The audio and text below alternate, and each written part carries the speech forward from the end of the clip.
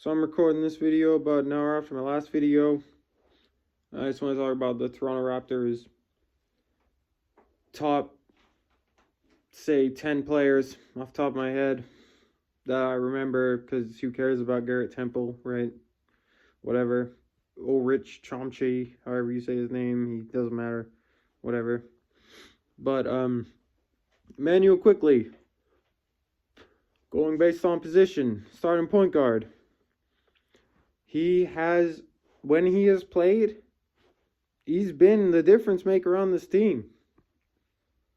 He is, if we're comparing this to the Kyle Lowry, DeMar DeRozan era,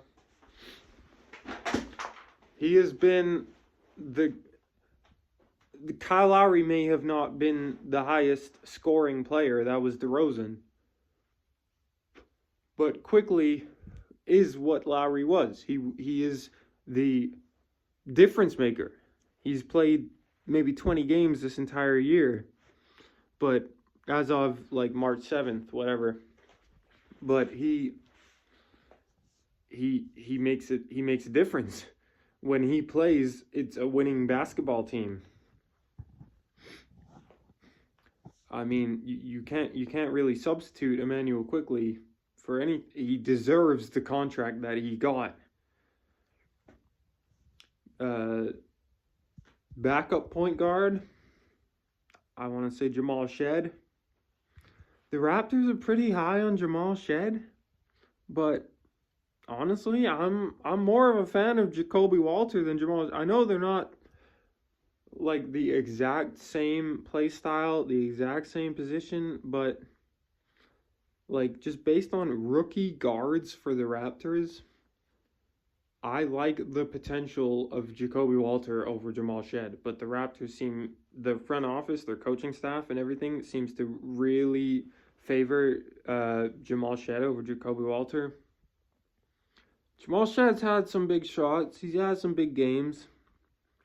I think he could be a good backup in this league. But I don't know. I thought Delano Banton could be a good backup in this league. He might not be as good as they want him to be. Moving on to shooting guard, it gets a little more complicated because who's your shooting guard? RJ Barrett or Grady Dick? One of those guys is coming off the bench next year for Brandon Ingram. And are they happy to come off the bench for Brandon Ingram? I don't think so. I think probably RJ, even before the rumors, has to get moved. Maybe you package him with Pirtle for a starting center, an all-star caliber center. I'm sorry, I'm recording this about an hour after my last video, and I'm still drunk and high, whatever. But RJ Barrett has been the best player on the team this season is RJ Barrett. But the best player on the team one season was Rudy Gay, and he was off the team the next season. I think Grady Dick has a higher upside than RJ Barrett. And as much as I love RJ, I think the team will be better off moving on from him. Backup shooting guard, Jacoby Walter is... I like Jacoby Walter. I think Jacoby Walter can be a good player in this league.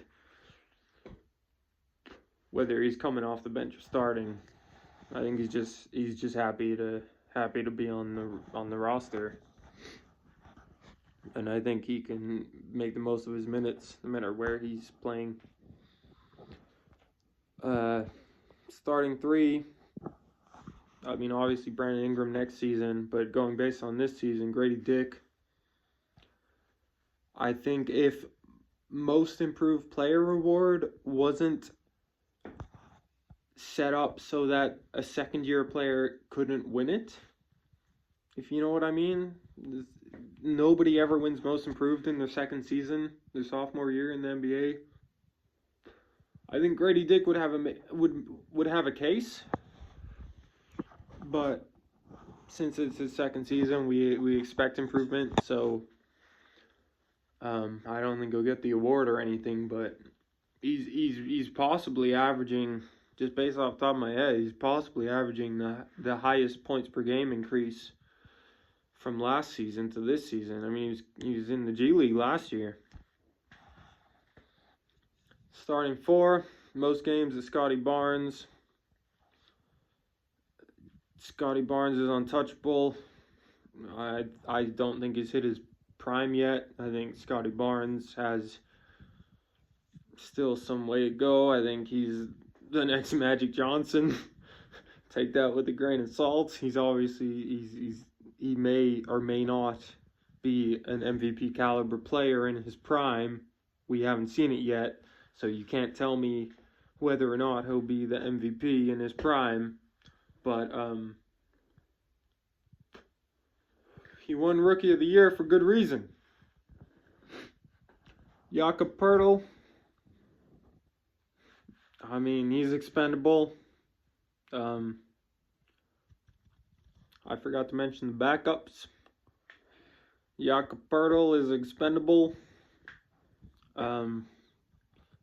He can give you a double-double, but he can also not give you a double-double. You know, he's a regular Nikola Pekovic. I mean, if you can package him with RJ for if the 76ers want to move on from Embiid, if you can package him with RJ for Embiid, I mean, I think you pull that trigger immediately. A couple little draft compensation in there. The backup at the big man position, Chris Boucher. I thought he would get moved at the trade deadline. Honestly, he doesn't fit the timeline at all. He's a good shooter. He's a good player.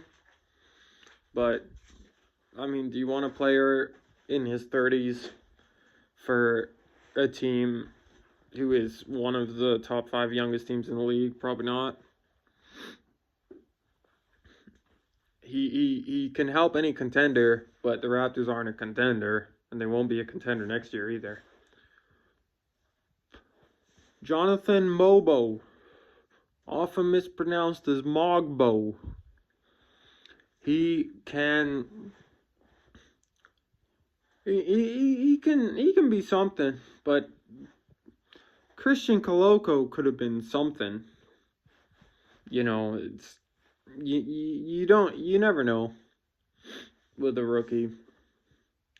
But I do believe the Toronto Raptors can make the playoffs, not the play-in, but the playoffs next season. I think if they can pass Philly, Brooklyn, and Chicago this year, then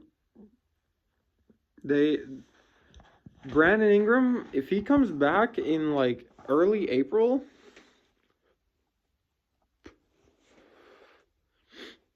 you don't know what this team can be with Brandon Ingram in the rotation.